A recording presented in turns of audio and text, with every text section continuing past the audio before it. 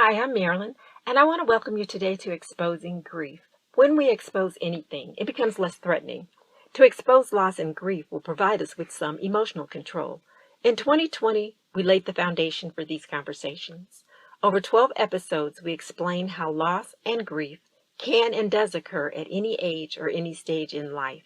You can go back and listen to those foundational podcast episodes, or you can begin listening today as part of a personal journey to be more emotionally and mentally healthy. First, I want to give an update on the conflict I had with an associate, as I mentioned in episode 12. There was finally a group meeting of all concerned parties, and we will be moving forward since our goals are bigger than any of us individually. What we do impacts our community in positive ways, but I must admit that I am more cautious of what I say and do around this individual. I'm certain our post-conflict relationship will never return to where it was before the conflict.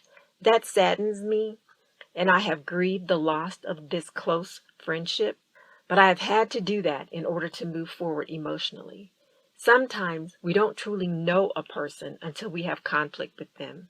Sometimes they don't know themselves.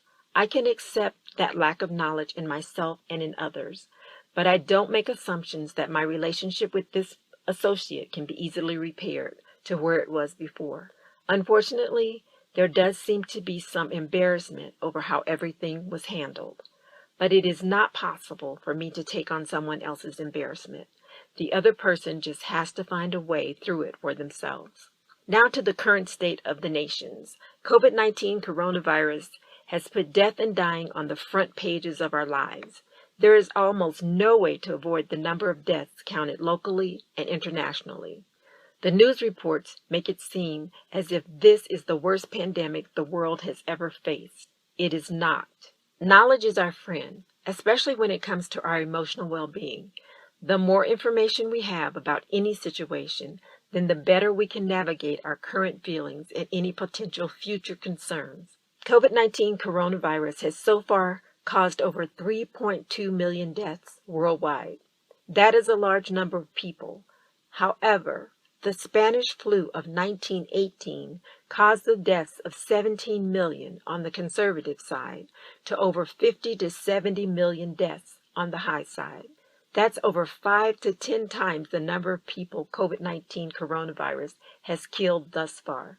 Of course, the medications and technologies we have today are far more advanced. Our death counts are probably more accurate, and we have better materials to use as protections. Even the news reporting is quite different, and there was a world war being waged as well. There were many factors working against the nations in 1918.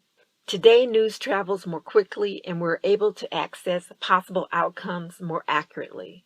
Unfortunately, our news headlines seem to sensationalize many things, and straight facts are hard to come by. In order to gain emotional and mental control, our brains need these facts, preferably in one place at one time. It's natural for our minds to play out the worst-case scenario, but with facts, we're able to dial our emotions back to what reasonable outcomes might be. Once we have facts, that helps us with clarity. Rational thought can lead us to safety. In any situation, our goal is to come out with the least amount of physical and or emotional damage. No, we cannot control every situation in life, but many times we leave too many situations to chance. I'm a strong proponent of being as prepared as possible. We each weigh risk individually and then move forward accordingly. Many times, even fun has risk, so we need to just be aware of ourselves and our surroundings. Death and dying are part of the cycles of life. COVID-19 has made this current cycle a bit more frightening and frustrating than normal. So we have to help ourselves understand the possibilities of our personal outcomes if we contract this illness. We each need to be aware of our own risk factors and, if possible, the risk factors of our close family members. If we look at this pandemic from a family point of view, then we will operate at a level that invariably keeps us and others safer. Listen to news reports and then do your own research to make certain you understand your personal options and impact. You are responsible for your physical, emotional, and mental well-being. Take every step you know how in order to maintain balance in these areas of your life. These are my personal experiences, observations, and opinions. Please seek professional help if you cannot navigate your emotional health alone. Conversations about loss, grief, and emotional well-being are necessary and perhaps well overdue. Be a part of these important conversations. I want to thank you so much for joining me today.